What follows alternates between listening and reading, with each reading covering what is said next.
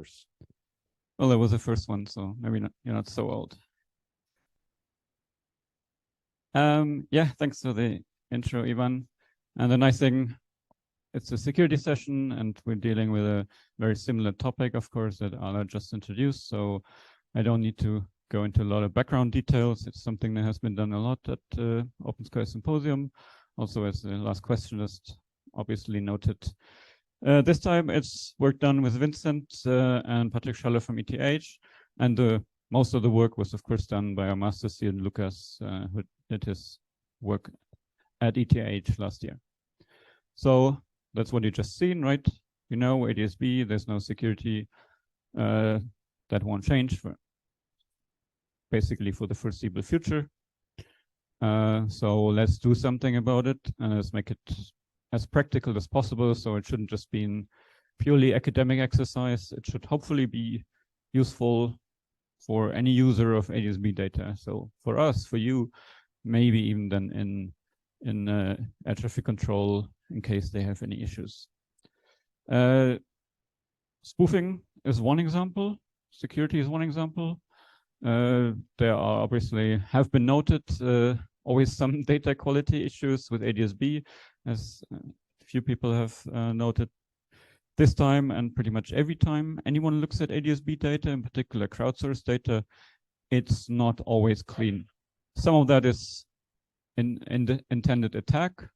On the left, yeah, somebody can send fake data to any of the sensors, spoofing, sending data to OpenSky. The hardware can have problems, right? And we can really have spoofing on different levels, including on a wireless level, just pretending to be another aircraft or 1,000. On the other hand, yes, we have a lot of unintended stuff. These are not security problems, it's just data integrity problems. We have software bugs, of course. We've seen those on our end, on dump 1090s end, channel noise, CSC problems, just delays in networking and processing, all that happens. And yeah, last but not least, transponder misconfigurations. We see this still very regularly. These are real aircraft. They're sending data, but it's not good data. And then how can we tell these things apart? And we'll see that's not a trivial problem at all, actually.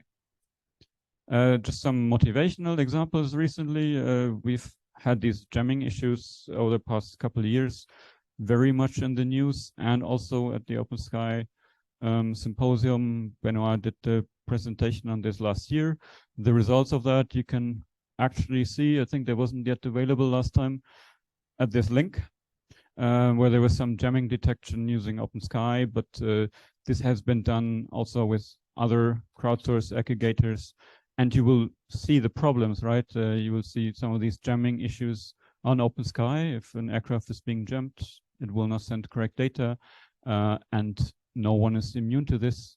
It's well known that you have a lot of GPS jamming happening around Kaliningrad, and you see that in this effect, this aircraft has not been flying this way, right? This was just ADSB data sent.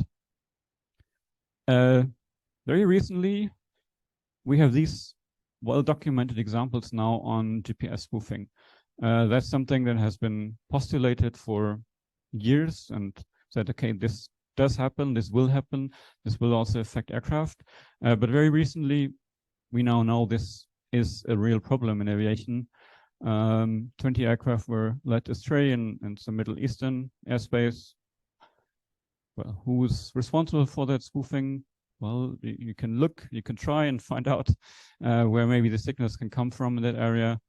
But of course, the Eastern Mediterranean Sea has been a hotbed of GPS jamming and also spoofing for quite a long time. And right now, with more conflicts cropping up everywhere, yeah, we see this. This affects real aircraft, commercial aircraft, all the time now, basically. What can you do? We're not here to secure GPS. We're looking really at ADSB. Of course, it has been mentioned, you could use cryptography, and there are probably some dozen proposals on that. You can do a lot of very low layer signal feature analysis, but you can also do similar things, just as Ala has just proposed. You do a lot of cross-checks between all the crowdsourced sensors that we have. The more sensors, the better. You can look at timing data, and that's exactly what we did. Try to do at scale here. Time difference of arrival has just been mentioned, right? So we just have many sensors, collect the data, and see where could this signal originate from. That's multi-iteration. It's something we did in this competition, and there were very good results at the time in the competition, very accurate results. However, they weren't exactly real time. So, I mean, it's known how to do real-time multi-iteration, but that's also not always accurate and not something we at least have implemented for now. We just said, okay, can we do this batch processing with all the data we have with the results from this competition? And that was not very trivial exactly because, these machine learning approaches, they do take a lot of resources, and that's not something we could trivially implement in our backend. So we said, let's use time difference of arrival, but let's not do multi-iteration. Let's just verify the ADS-B claims. There are some problems, of course, with that you have to figure out. So you can have multipath issues, mainly, but we'll get to that. Threat model, similar to what we've seen before, of course. We have some attacker. They can either spoof satellite navigation systems, and then we have see the impact in ADS-B, or they will spoof ADS-B messages from aircraft directly, or in principle, they can also compromise sensors. And the approach is just by physics very similar to before, right? So you will need some overlapping regions between at least two sensors, otherwise you cannot do anything. If you just have one sensor receiving an ADS-B message, then at least with timing data, you cannot learn anything useful. Some challenges, I mentioned multipath, dilution of position has also been mentioned already. And in principle, you can think of some, if you know where the sensors are, you can think of some attacks that could be designed in a way that it's basically perfect timing and you cannot tell two different paths apart. That's in principle possible, even with a single sensor, but that's a very restricted attacker model. There are also attacks, of course, on multi-iteration, time difference survival. All these things are quite well examined. So if you have more people, more sensors attacking in different positions, then you could also attack what I'm going to introduce you right now, but we don't assume that simply here. So what we're basically trying to do is take OpenSky data at scale, like many months, on a very raw level, and see whether we can find any issues in this data. Because most of the time, people look at some simulations, which we also do, but they maybe look at the day of data and find something or nothing, but we try to at least expand this and see whether it's also performant. Ideally, if you just look at the timing data and develop some statistical methods, which are not new, but you can read them in the paper, then you have something that matches exactly the measured timing data of an aircraft, and you calculate these expectations of the timing data, and the measurements exactly match that within some tolerance, but that is actually the case for most of them. That's great. However, we see also this sort of stuff. And there, we see the sensors timing data, the clocks, and the synchronization, they're not always very good. So if we have something like that, we can probably kind of average it out, right? And see, it's probably not an attack, but it's not great data simply that we have, and it's very difficult to do anything with it. On the other hand, well, you can have something like that, that absolutely does not fit the prediction. And there it's quite likely that something fishy is really going on. This could be an attack because it's just somebody sending data from the same position, right? And it would flatline while it should look like the black line. So we applied this approach on 83 terabytes of data, I think eight months of Central European data based on the radar cape sensors that we have. Why? Because the clock precision is quite good already. And they're GPS synchronized, which is not so important for us actually. If there's some offset, that doesn't matter because we don't do much iteration. But we have a lot of these radar cape sensors in reasonable range of each other. So we said, let's take those and do some analysis. And the attacker model, again, is both attacking either ADS-B data, somebody injecting ADS-B messages into sensors, or somebody spoofing aircraft.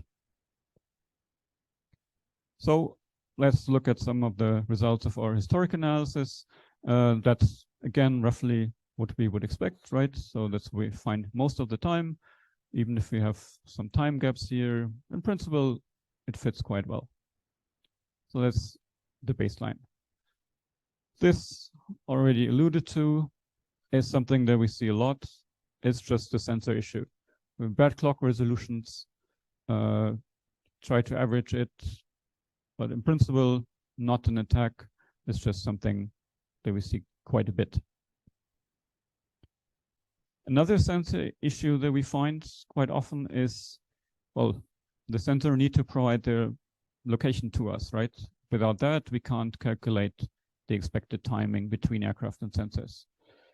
That is mostly user input for the radar capes. They have GPS, they can also measure it, but that may or may not be correct. So we see quite a bit of this. And there, typically, the expected and the measure results are very similar, but you have some certain offsets that you see in the data. Third one that we see quite a lot is actually an aircraft issue. Again, not an attack, but some aircraft partly sent something that's correct, but they sent a lot of wrong aircraft data to us. So at that point, it's not always our fault, right? That Open Sky or some of the data that we have, there's not much we can do. I would argue it's even wrong to filter it out because we want to find this sort of stuff, which is something we can also do with our method. And yeah, another one we can see here. At some point, it's just an aircraft basically sending the same GPS location for a long time to us in ADS-B. This could be an attack, or it could be an aircraft issue. Like it might lose GPS synchronization for whatever reason. It's difficult to tell. Can be GPS jamming. Then we probably see more aircraft in the same time, and it's worth looking, as Benoit did, at like the knick-knack integrity values provided, right? And if you see something in the same area, that can provide us a lot of information then, of course, together with this approach. So looking at all this historical data, it was not trivial to find any attacks, which I guess is good. So they're not widespread ADS-B attacks, at least not on Open Sky sensors. So we went the usual way and did some simulations. Typically, it's not allowed to do your own wireless attacks, sending fake ADS-B data in the clear, right? So we had to go with simulations and inject our own data on the Open Sky backend level. At that point, yeah, you inject a lot of different aircraft with the same method, stationary ADS-B spoofer. We said, okay, this aircraft is going from Y to Z, right? And then the timing is just always the same. And unsurprisingly, it's not difficult to detect this most of the time. However, if it's This is mostly cases where you only have a handful of messages. We also simulated that. If you only have 10, 20 seconds of data or 100 messages or so, it's not so trivial to tell it apart from all of the noise and the sensor issues that we have, right? If you want no false positives, and that was our goal, then you will have to accept, of course, with basically statistical means, you will have to accept a lot of shorter attacks, short-term issues that may or may not be a problem. So yeah, it takes some time until you inject it long enough, and then these methods can typically pick it up very reliably.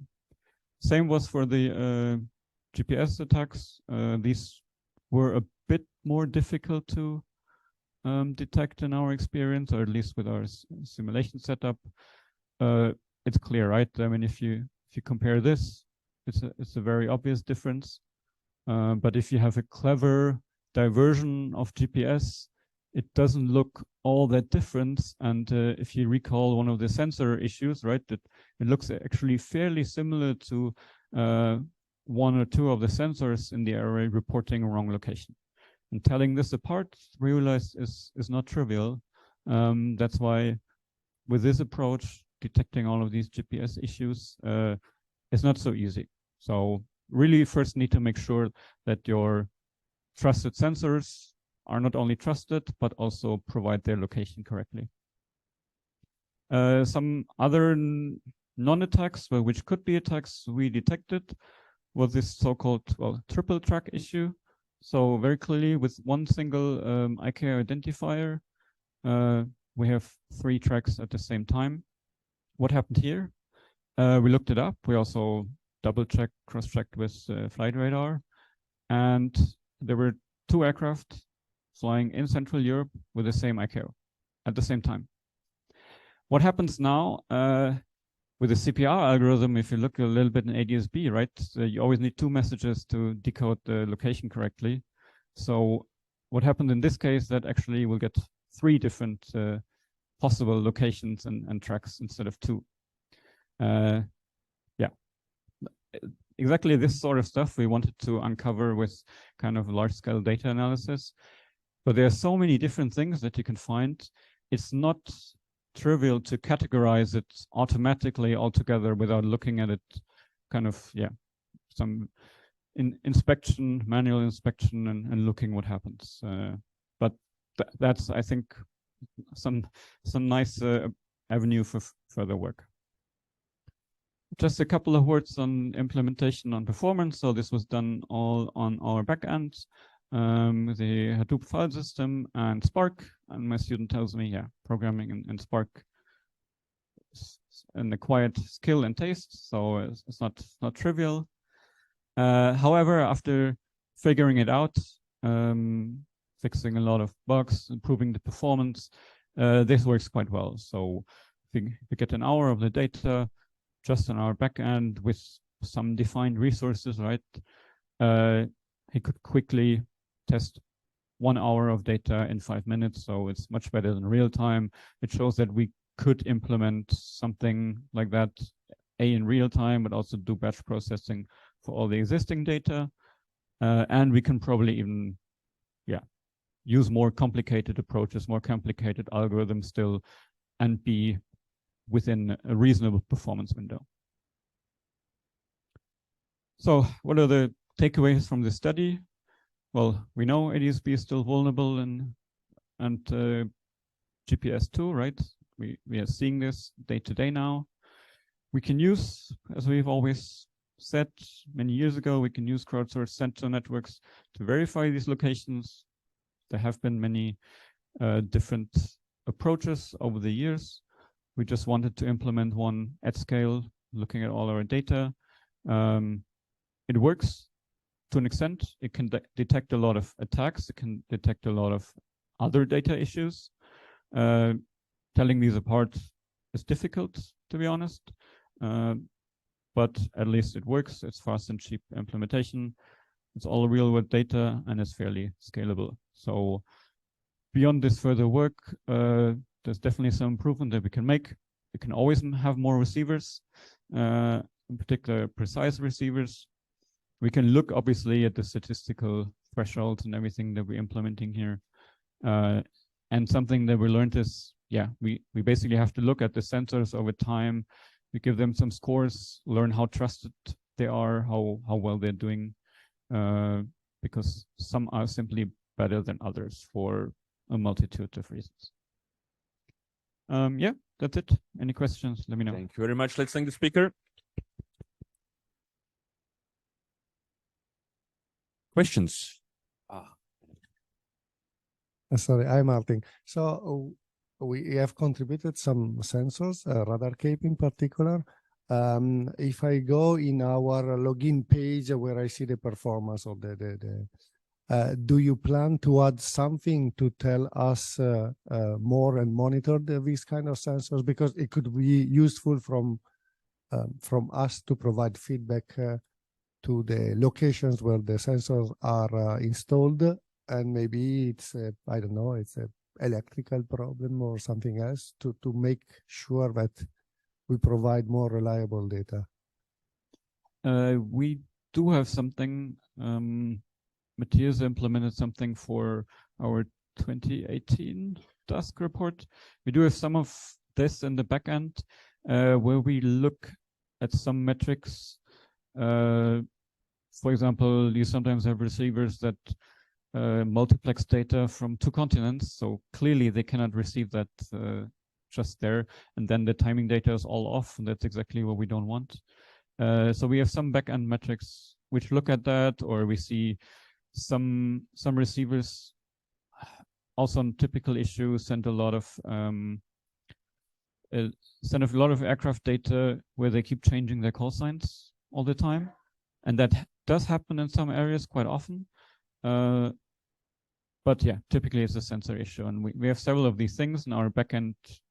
This is automatically done, and sometimes still you need, because of all of these issues, you need manual inspection every time. You can't just automatically exclude some sensors. It's not so easy. So some of us looks at it and maybe exclude some sensors that send wrong data. So this happens. It is not provided directly to the user, no.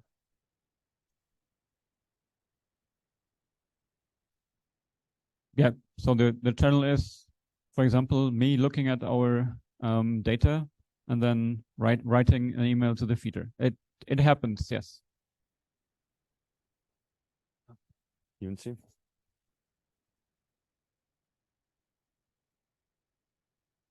Thank you, Martin, for the great presentation. So I have 2 questions. The first question is more related to the errorless data. Is there going to be a plan to filter out those data for the community use? Because, I mean, for example, you could use the same algorithm to detect like those altitude spikes, right? And also you could just filter out those data that coming from sensors are not so good. Yeah, that's what I said, right? So to an extent, if it's wrong sensor data, then yeah, we try to filter out these sensors. If it's wrong aircraft data, we don't want to filter it out. But this altitude jumps, I feel like it's persistent in like one of every 10 flight trajectories. We could definitely do something with it, right? Yeah, I think it's worth looking at in more detail if we can just focus on the sensor issues and detect the sensor issues, and then exclude them first. That's, I mean, basically what I'm having here is precision scores for sensors. And do that. My second question is really related to the simulation that you have done. Do you think there is any chance that some real life test to be conducted somehow in the future, with of course regulators aware of it? Yeah, I mean, what you can do legally, let's say an anechoic chamber or a Faraday cage, is to send data to one sensor, right? That's not a problem. However, doing it to 2 sensors with a reasonable distance, that must be in the open air. And there, well, to do it legally, be able to talk about it, publish it, you will have to get permission from your local regulator to do this, right? It's possible these things have been done. but it's a lot of effort. Because that would be really like golden data sets for the future research, because we a lot of time rely on simulation data, and that might be different in real life. Yeah, but thank you very much. Maybe it's time to get an open sky airplane or something like that. So Mike, Yeah, but then you're still not sending spoofed aircraft, right? Spoofed aircraft data necessarily. In aviation, when it's getting tricky, for example, when it's getting too much cloudy, then you take the autopilot, right? And then it's getting more complicated. You had 3 autopilots finally, and you can land even blind. So there are some system behind. Could you think about a network of some kind of certified sensors to say these are somehow sealed, and this is or as a network? There are some fallback solutions. They are the gold standards. And something like a network to say, okay, we get some level of degradation to say, okay, there's a problem in the network. It's somehow located here. And I didn't have any good clue to just send signal. Yeah, you said, okay, I have to filter it manually and we have to send emails, but it could be like a traffic signal or like a quality indicator to the data. You can take it, but we are not really think it's good. Something like this. Yeah, I mean, to an extent, we can implement something, send an automatic email saying, can you look at it, right? Yourself, maybe there's something wrong with your setup. That's doable, right? Not saying it's definitely wrong, but please look at it. Could help. As for certified gold standard sensors, I mean, then I don't see a difference, but then it's not a crowdsourced network anymore, right? I mean, that's with all the up and downsides that we have, we get a lot of sensors and they can be from anybody. But it's just like a cross-checking network, right? But yeah, how to do it? Of course, we started with kind of trusted anchors, you know, people we knew personally always, and a lot are in the room, right? And I suspect typically that there they look at the data and it's good. But we don't have, you know, let's say a multi-iteration system by Thales for many millions, and they look at their data and they still have issues. We have seen that before. I just come up with, because when you're looking for the SMAX or the ASM GCS, they have this kind of safety net, right? They have some new built-in system. They are helping to identify things. So just a thought about this. I think in the end, we're all happy that hopefully nobody is using also OpenSky or any crowdsourced data for operational reasons, right? But for research after the fact, then it should be good enough for most cases.